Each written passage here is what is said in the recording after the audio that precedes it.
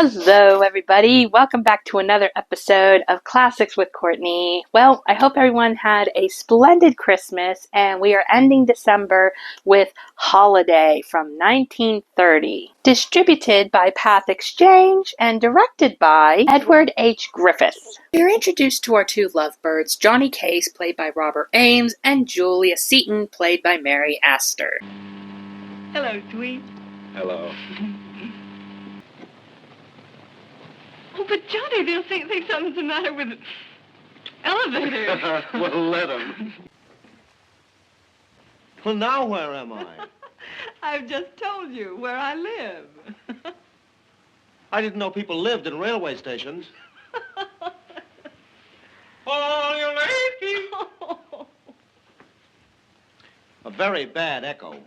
But, Julia, you must all be so rich. You should have told me. Why? Would it have made any difference? Well, I should say so. I'd have asked you to marry me in 2 days instead of 10. Aren't you funny, Johnny, to talk about it? Well, why? If I'd suddenly found out you could play the piano, I'd be delighted, wouldn't I? Is having money like knowing how to play the piano? Well, they're both very pleasant accomplishments in a girl. You know, it's interesting to see her in a role like this so young, considering that most of the movies I know her from are her older ones. Maltese Falcon, Meet Me in St. Louis, Little Women from 1949. She even did Return to Peyton Place, I believe in 1960 or 61, if I have the date correct. So yeah, I know her more from her older roles, not so much her younger ones. So it's kind of interesting to see her here in a very early part. Johnny meets Julia's sister, Linda, played by Anne Harding. This is Mr. Case, my sister Linda. Well, how do you do? Well, thanks. And you? Couldn't be better. Johnny Case, his name is. I'm going to marry him. But I've never even seen you before. Neither had I until 10 days ago at Placid. You're not a guy. No. This younger generation. Well, young man, I hope you realize what you're getting in for. That's pleasant. Oh, I don't mean you, darling. You're divine. I mean, Father and Cousin Seton Cram and Laura and the rest of the outlying Setons. When do you think I ought to break the news? I know. No, what? When to tell him. Come on. Oh. We're going to church. To but church? Linda. What for? Oh, don't worry. Not you. Oh. Come on. But I have to change, dear. Oh, we have time. Well, Father We'll have to step on it, but we can make it. Are you sure Father will like Johnny? Well, he will if he has any sense. Are you certain church is the place to tell it? Oh, of course, he can't say anything in church. I suppose He'll you're have to cool off before he starts objecting. That's the main thing. I suppose you're right, dear. You always are. Well, I think I am about this. Come on now. Just take Sister Linda's hand and let's get started. Julia tells the family about her and Johnny gets some insight into what he's in for. All right, let's assume that you're interviewing our stern parents. Sit down, young man. Oh, thank you, sir. Now, have you anything at all but your winning way to your credit? Really, Mr. Seton, I have, not a thing. Oh, hasn't he, though? The first thing Father will want to know is how were you fixed? Fixed? Fixed. Are you a man of means? And if so, how much? Linda. Be still, Beauty. I know you'd hardly expect that of a man in Father's position, but the fact of the matter is, money is our god here. Linda, Johnny, that isn't true at all. No? What is then? Well, young man? I have in my pocket now exactly $34 and a package of cigarettes. No, gilt-edged securities? No, rolling woodlands? Well, I have a few shares of common stock tucked away. Common. Don't even say the word. No, Julia? I'm afraid it won't do. He's a comely boy, but just another of the vast army of clock watchers. How are you socially? Nothing there either. What? You mean to say your mother wasn't even a whoosist? Not even that. You must know some prominent people. Drop a few names. For instance? Oh, just casually. When I was to Mrs. On the Donk's bullfight last night, whom should I see but Mrs. Trarara Marble? Well, really? I thought she'd die laughing. My mother and father died when I was quite young. You see, my father had a small grocery store in Baltimore, which he was never able to make much of a go of. He left a number of debts which my mother worked hard to clear up. I was the only child, and I wasn't in a position to be of much help. My mother died the May before my 16th birthday. How sad. Yes, it was sad. I hadn't any connections except for an uncle in Wilmington who was in the roofing business. He wasn't much good, though. Was inclined to get drunk. Still is. We've got an uncle like that. But he keeps off roofs. But you're rather a strange bird in these parts, Case. How's that? Oh, you should see the kind of men we have around here most of the time. Where have you been? Working hard. What about those little jaunts to the Adirondacks? Come clean, Case. That's the first holiday I've ever had. But I mean to live someday. Pretty soon now. Johnny's dream. Case, you astonish me. I thought you were a willing worker. I am, when I can get what I'm working for. And what would that be? Mine's a simple story. I want to save part of my life for myself. There's a catch to it, though. It's got to be part of the young part. Oh, you'll never get on and up that way. All right, but I want my time while I'm young. And let me tell you, the minute I get my hands on about 20 nice round thousands, I'm going to do nothing for as long as they last and... Quit? Quit. Retire young and work old. That's what I want to do. Linda comes up with the idea of giving a party for Julia and Johnny for their engagement celebration, but plans change. Julia, let me give a party for it, will you? Not Father, me. Why, of course, dear, that would be charming. Father's to have nothing to do with it. Oh, let's have some fun in this house before you leave it. Why, Linda, I mean it. Let me, won't you? if Father doesn't mind. No ifs about it at all. And just a few people. Very informal. Not a bank of pink roses and no string quartet during supper. All I want for entertainment is just one good tap dancer. Oh, let me give it for you.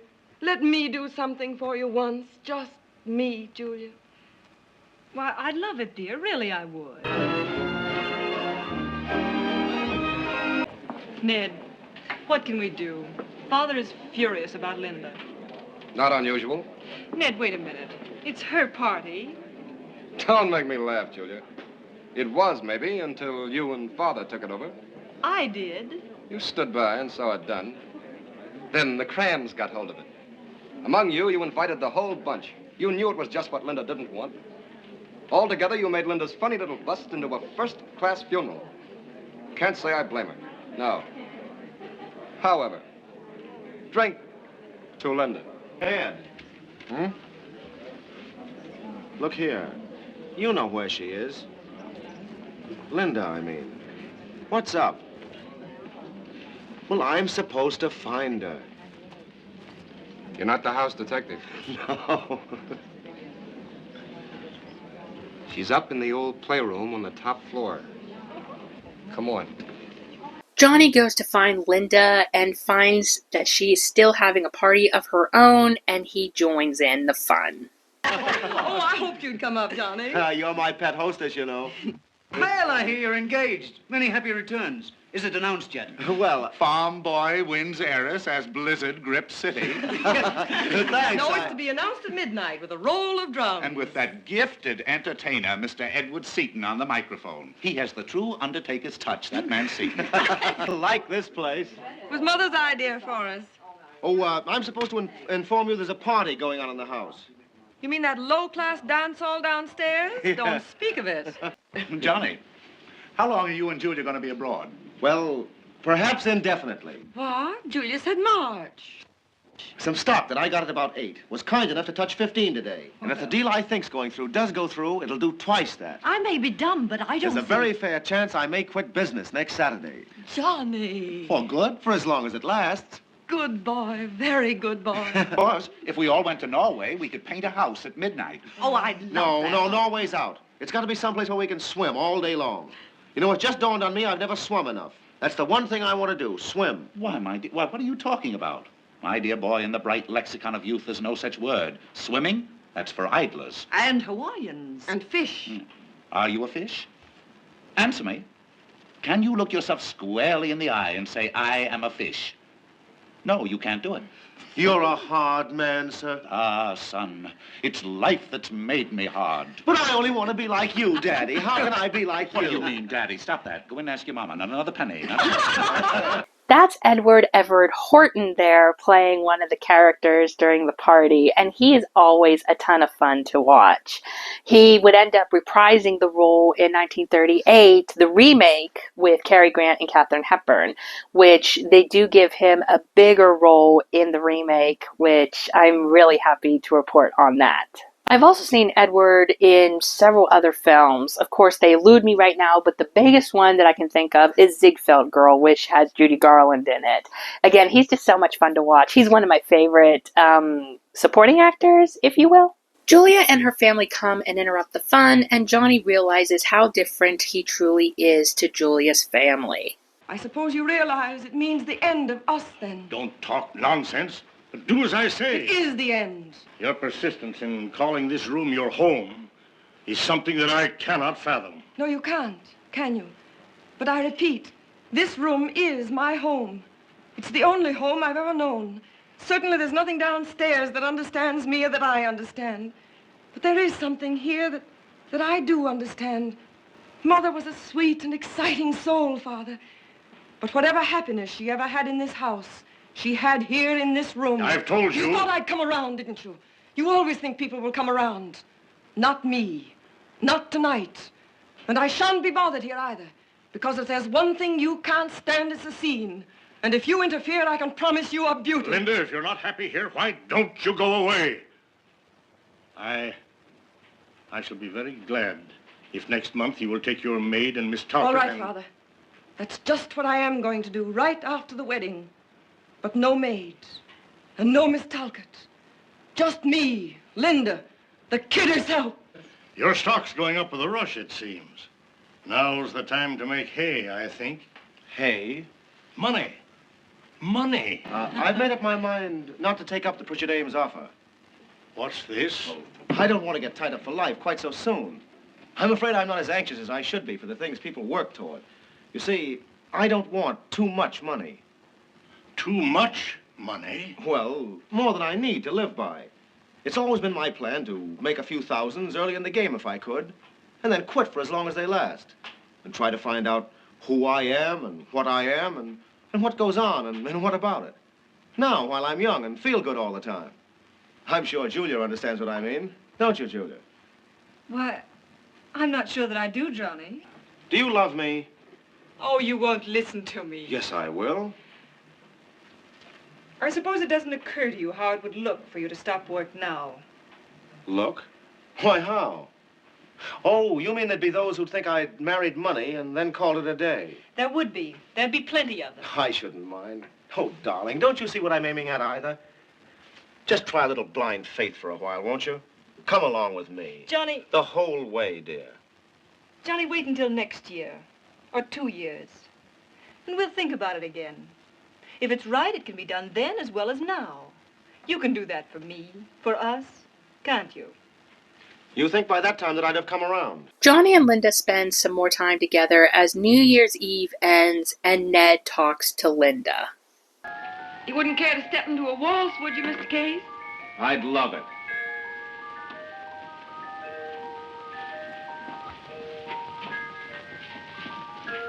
There's a conspiracy against you and me, child.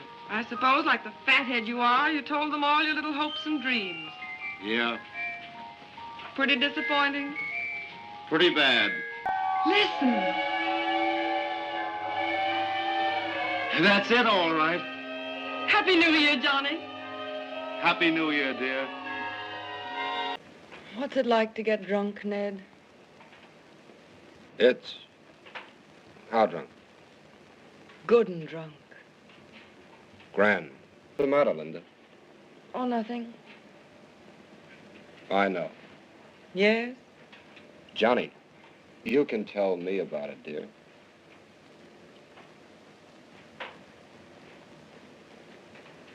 I love the boy, Nettie.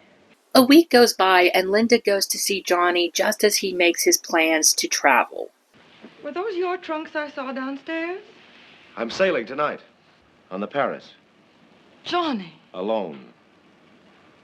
Julia doesn't know? She wouldn't be interested. Oh, but... We've talked for a week. We're farther apart than ever. She hasn't talked to me. So you're really going? Yes, for the first time in my life, I'm going to do what I want to do. And the prospect is at least exciting. I'll miss you, Johnny. It's nice to know there's someone who'll miss me. Oh, Johnny, don't. You know Julia will be unhappy. Not just a little while. Maybe her whole life through. She's never loved anyone but you. I've never loved anyone but Julia. Oh, take her with you. You've got to make her see that you're right. Even if it takes me a couple of 100 years. But it won't. Oh, you're right. It would probably take longer than that. Oh, you're just plain stubborn. Julia. Why do you shut me out in the cold like this? I wasn't aware that I was. Johnny and I have had a difference of opinion, and you're siding with him, that's all. But he's right. He's right for you as well as for himself. We always agreed before. Always. Oh, it's nothing to get in a state about. You're not going to the boat tonight? No, I'm not. For one thing, Julia, I understand now why some people throw bombs at other people. Boy, honey, she obviously doesn't care about Johnny. Just let it go. Johnny goes by the house to see Julia, and of course, Julia and Linda's father has to chime in. Or intention. For love, true love, is a very rare and beautiful thing. Where are you going? Please sit down.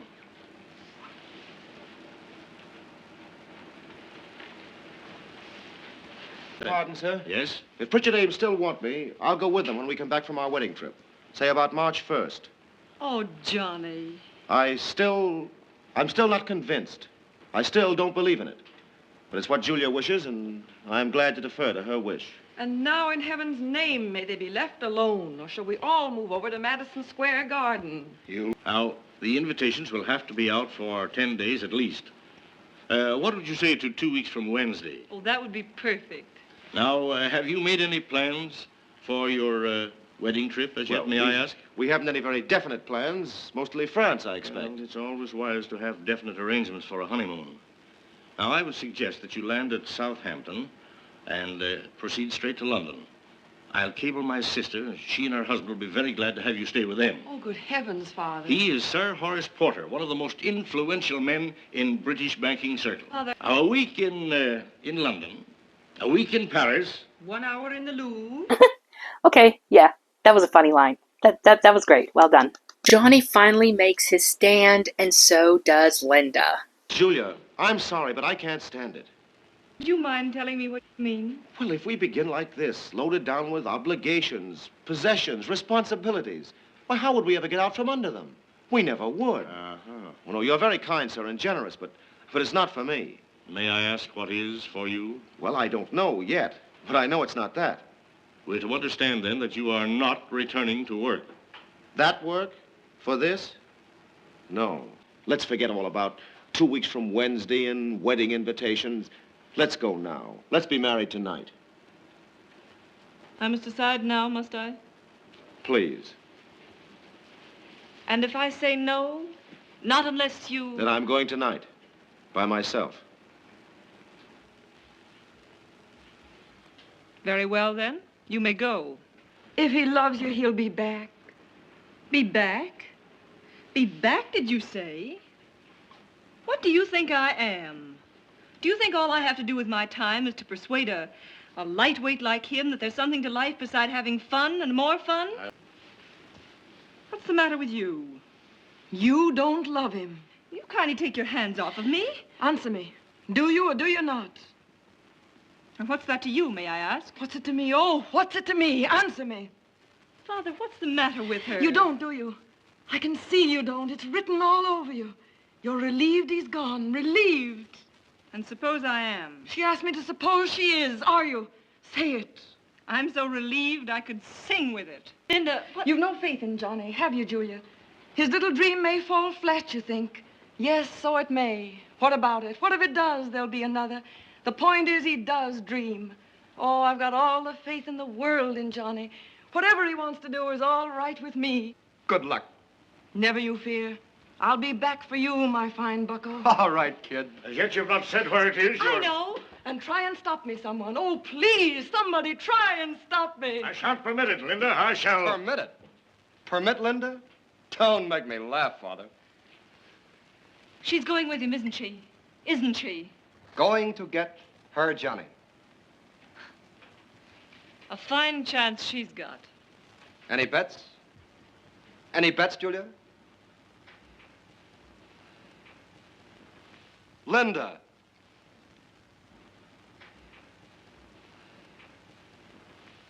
And while we're at it, grandfather. Pier 57 North River, the French line. I've only got 13 minutes. You think you can make it? 13 is me lucky number. Oh, it's a matter of life and death. And don't you think I'm awfully young to die? Don't worry, sister. I'll make it. Get in. Attaboy. And that was Holiday, the 1930 version. I really didn't care for this one, to be honest with you. I fully prefer the 1938 version. And yes, I did end up making comparisons in my head between the two, but you kind of have to, considering that the remake was technically a shot-for-shot remake, almost. So I'm going to go ahead and just dive into why I really didn't like this version. First, the chemistry between the actors in the remake is way better than the original. In the remake, Cary Grant and Katharine Hepburn's characters have a bond that goes from the start. Like, there's something between them that you think these two are going to wind up together, as they should. There's something between them two that makes it beautiful. In this version, there isn't really much of that. Sure, Linda teases Johnny here and there, but there isn't anything between these two that you think, oh, they totally should get together, it's fine. Other than the fact that Linda is a much more grounded, mature, sweeter character than Julia. There isn't anything else between these two that you're just going to go, oh my gosh, they two should just totally get together. The remake fixes that, so that was one point for the remake over this version. I also prefer Ned's character in the remake because he's played by Lou Aries. I love Lou Aries. I think he's cool. I think he's cute. So again, when you have that actor playing that character a tad better, yeah, that's another point to the remake as well. 2, I was actually kind of bored watching this. The film is only an hour and a half, and yet I felt like it was 2 hours. And there wasn't anything in the movie really that really interested me to the point where I'm like, oh my gosh, I'm getting lost in the story and the characters. If anything, it annoyed me in more ways than one, and it especially annoyed me more than the remake ever did. And I don't think the remake ever annoyed me, to be honest with you. 3, not enough Edward Everett. I mean, he's awesome. He's great to watch. And yet, in this version, he's cut down to a very, very, very small part. Whereas in the remake, he's given a bigger part. He's actually Johnny's buddy. He sees him before, he goes to the house. We see him at the house. We see him on the boat. We see him with his wife. We see more of Edward in the remake, which is what I prefer because I like him a lot. So that was another downgrade in the original, and upgrade for the remake. And finally, the ending. What was that? Like, okay, both original and remake, Linda goes after Johnny. But in the remake, spoiler alert, she actually goes on the boat with him. I mean, he doesn't know it at the time because he's with his buddies. But she comes on the boat and she goes, is this where so-and-so's at or whatever? And Edward and his wife leave and Carrie's on the ground. He goes, right here. And they kiss. And that's the ending of the remake. But there's no actual cute romantic moment in the original for the ending. So, yeah, I was quite disappointed with that. Is there anything about the original I did like? I liked Linda. I think Linda is still a sweet character. I like the actress that plays her. But other than that, I don't think so. But for my honest opinion, definitely watch the remake. It's definitely better. George Cukor directed it, so of course that's going to be good. Again, you got Cary Grant, Katharine Hepburn, Lou Aries, which is always a lot of fun. So, yeah, I definitely favor the remake over the original, which is actually funny to me because, like I said, the remake is close to a shot for shot remake. There is enough differences that you can watch both and go, oh, well, that's different, that's different. But for the most part, it's still the same story. The same story beats happen. The same characters are basically the same in both. It's just different actors with a little bit more added in. But yeah, I would say definitely go with the remake. It's a lot better. So that ends my review of Holiday. Sorry we couldn't end New Year's on a higher note for films, but I hope you have enjoyed this review anyway.